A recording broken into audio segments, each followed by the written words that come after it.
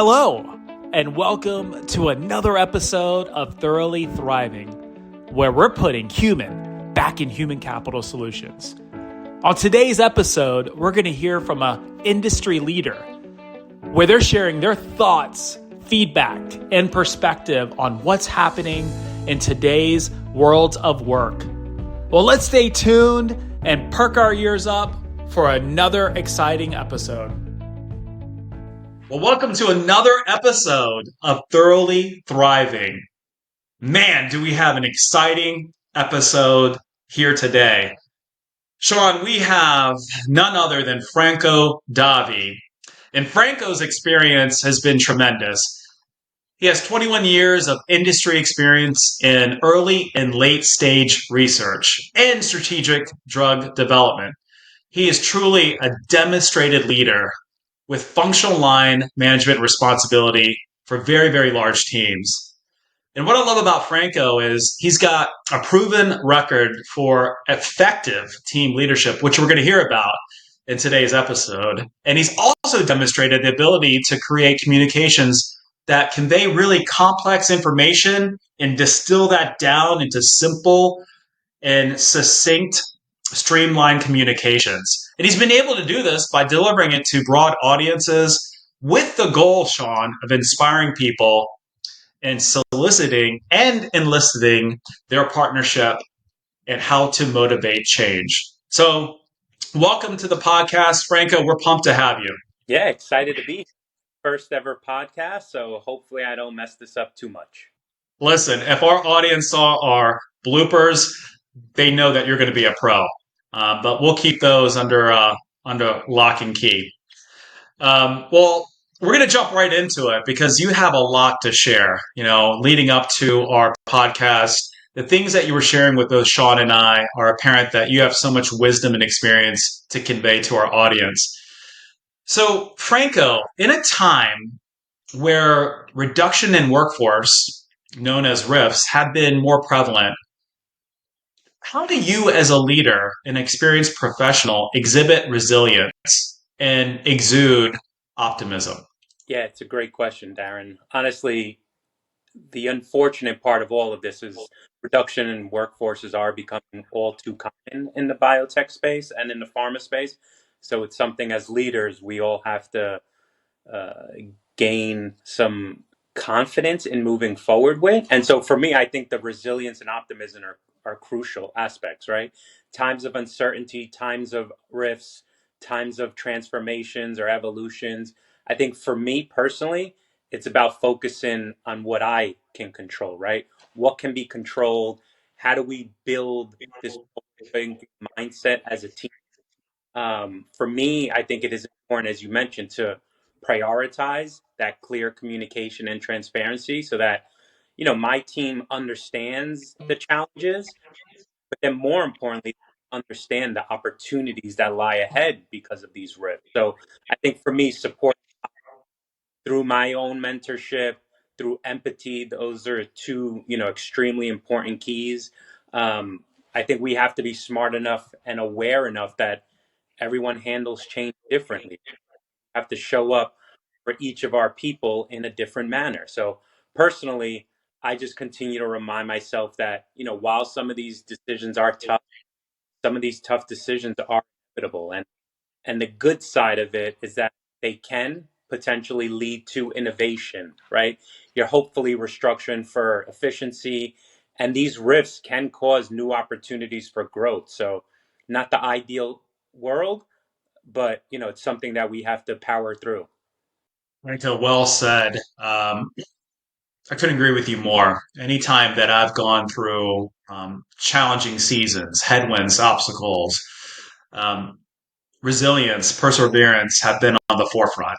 And every single time, it hasn't felt like it when I'm going through it, but on the other side, the dividend, the residue has been innovation. And I've developed more tools that I have in my tool belt, in my tool bucket, to be able to utilize when faced with similar times of experiences or things that I'm walking through. Franco, real quick, you mentioned something about mentorship. We speak with a lot of high level people like yourself on a daily basis, and we speak with founders of these biopharma companies that we call our partners. Tell us how important it is for you to have mentorship, and what does that cadence look like for you? Who's in your corner? Who do you go to bounce ideas off of?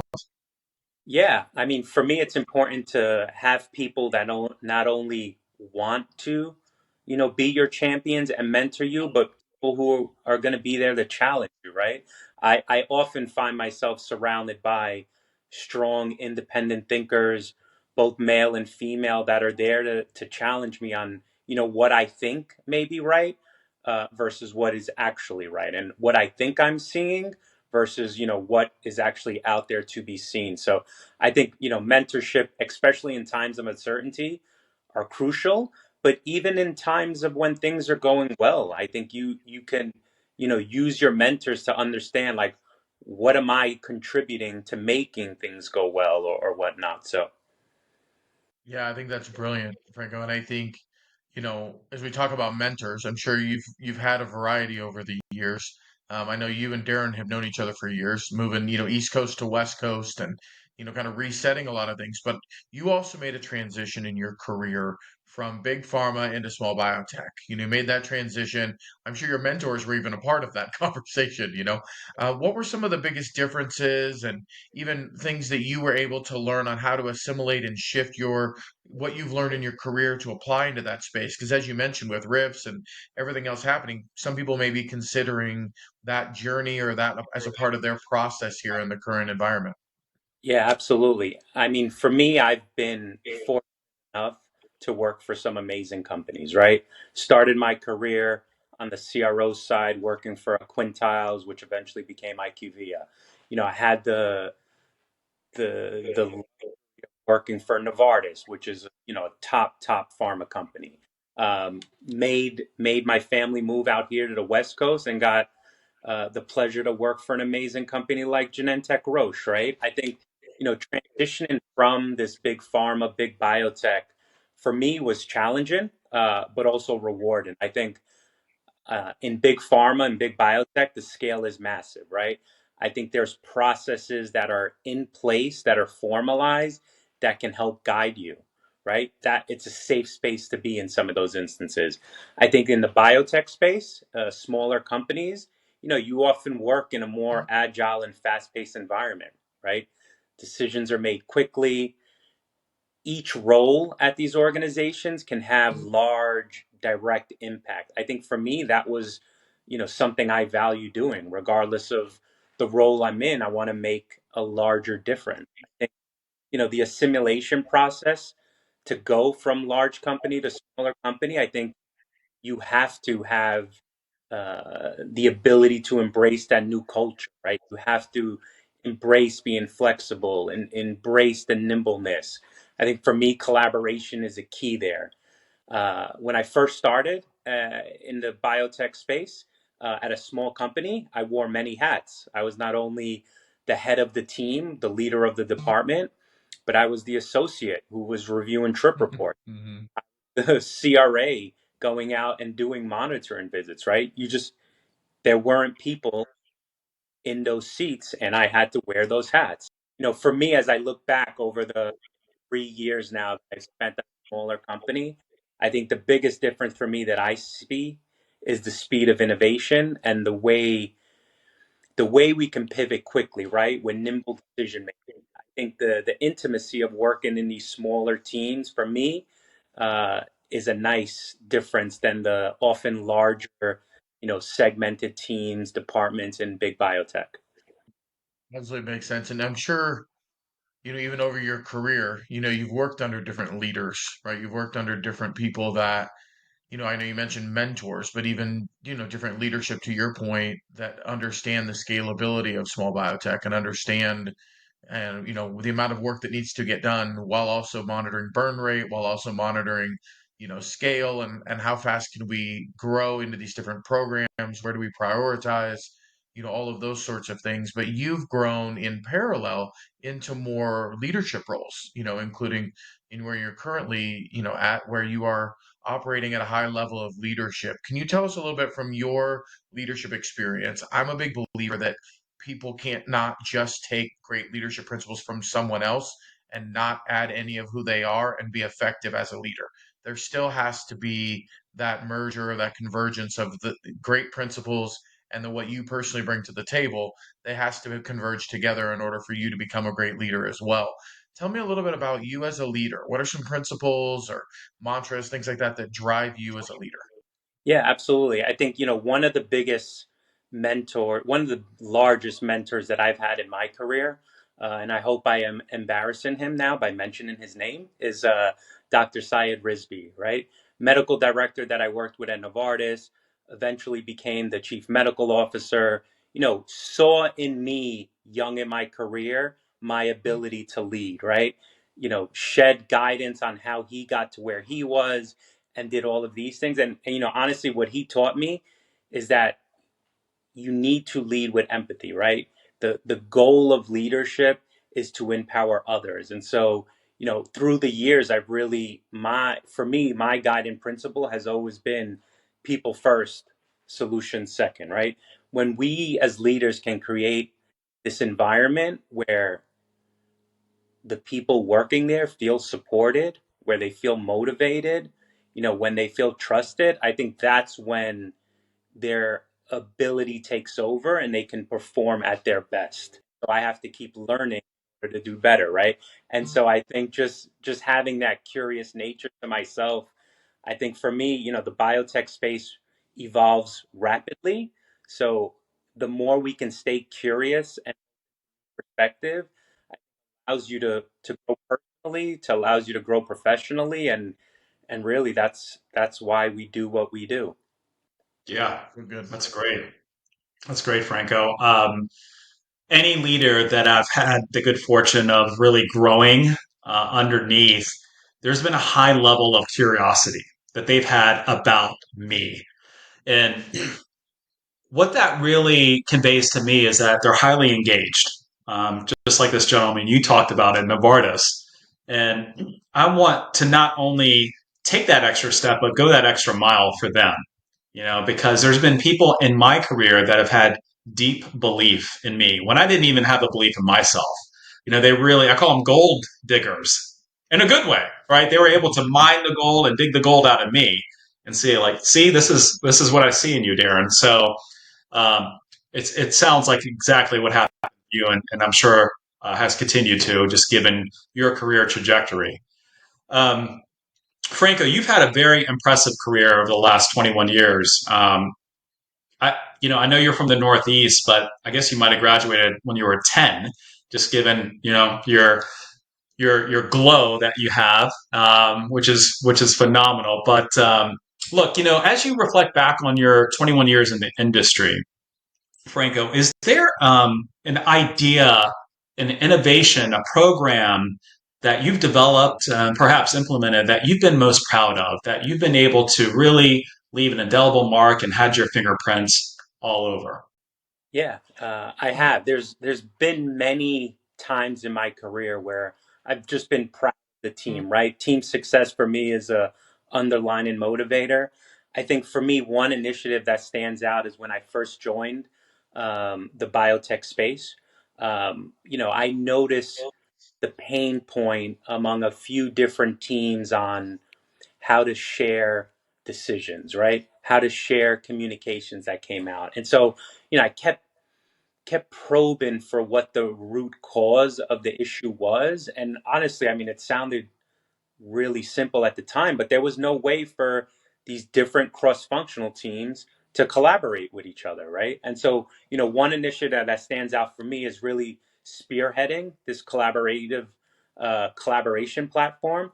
I think, we faced these communication silos that I was mentioning, and these were impacting project timelines. And so, what I did was basically introduce a more integrative approach to set up a digital platform. I think this digital platform was able to help us streamline project management, help us share data with each other, but overall, it just helped us in communicating with each other. What it did was it increased transparency, it reduced the bottlenecks that were, bothering all of us, and it helped the team become more cohesive. And because of that cohesion, it was much easier to gain alignment and do those things. So I think seeing that initiative scale up and become a cornerstone of the workflow that we had within that team, I think for me was a moment I'm proud of. Not only because I was able to impact change in a way, but because the team overall benefited from it. And, many people were happy now that we had this, cross-functional platform. So, Wow. Wow. One of the principles that I try to live by, and I mentioned this in our opening segment regarding your career of how you were able to take complex things and really distill them down, right? And clearly and effectively communicate not only what the vision is, but what the strategy and sounds like what the execution is now. And what's worked well for me, and it sounds like it's exactly what you did, is sometimes we need to simplify to amplify. And we're able to do that. Everyone's not only rowing in the same direction, but at the same speed. And it sounds like, again, that was a result of this innovation that you created. You simplified something so the cross functional teams can certainly amplify. So well done. Well done. Um, Franco, this is a bit of a bonus question for our audience out there. Someone at your level, rather high level professional, I feel what's been important for me too is to have a good schedule, to have really my ability to manage my day so my day doesn't manage me. We all have external things that pull us, life, certainly work, the things that comes with life, right? Family, or whatever that dynamic looks like. How are you able to structure your day? Can you walk us through what that looks like for you? yeah, absolutely. I mean, I take great pride in the fact that I'm able, through the work-life balance that we have in most companies, to be able to drop my daughters off at school in the morning. I'm proud to be a dance dad, so I am the one who drives them, to their dance lessons quite a few days a week. And so for me, it's about making sure that my family priorities are etched out the week ahead, and then build my work calendar around those things, right? I think, someone who I've met in the industry rather recently, about the last 3 or 4 years, Ashley Hamad, she was the first one to tell me, not only do you prioritize your family in addition to work, but you have to prioritize your, meals and your exercise and all of those things so that you can show up as your full self and your authentic self, in those moments. So I think each day looks quite different, Darren. So I don't think there's like a playbook. I think, the key to a successful calendar is to just take time up front, build out the time to think, especially around some of the complex problems we're dealing with, and not go meeting to meeting to meeting just to have busy work. Yeah, yeah, well said. I think that's important. My wife and I, we have a set meeting every Sunday to where we're getting together and talking about our calendar. And that way, again, we're planning that out and everyone's succinct. So it sounds like that's a similar process that you have. And quite honestly, it allows me to be more present instead of going from the next thing to the next thing, right? Because look, I'll raise my hand on this. There's times where my wife says to me, well, you're physically here, but where are you mentally? But having that calendar, having those parameters has been certainly paramount to being present.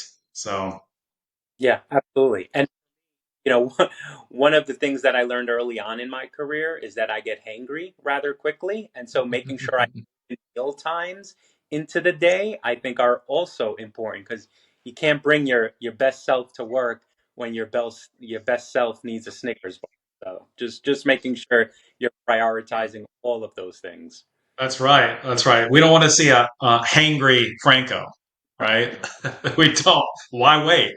I didn't know this was going to turn into a Snickers commercial, but here we go. Here we go. Snickers, we're open Uh, for advertisement. Snickers, by the way, feel free. Send us an email. let's go.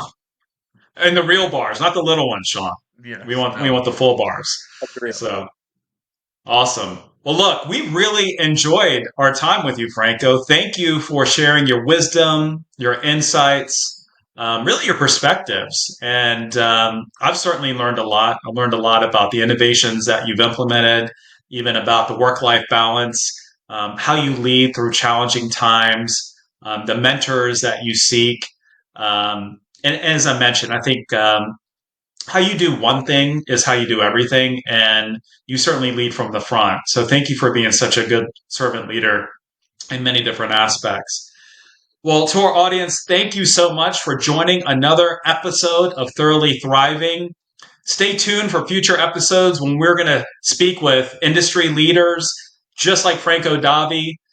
And if you want more information about Thorough Group, please visit us at thoroughgroup.com. We would love to learn more about your career path and how we can partner with you to help move innovations in your programs forward. So thanks again. And look, we absolutely love to work as one and win as one. Thanks and have a great rest of your day. Thank you for joining us today for another great episode of Thoroughly Thriving. If you enjoyed today's episode, please feel free to share it with those in your world. If you'd like to learn more about the Thorough Group, please go to thoroughgroup.com. And remember that we will all remain thoroughly thriving if we continue to work as one and win as one.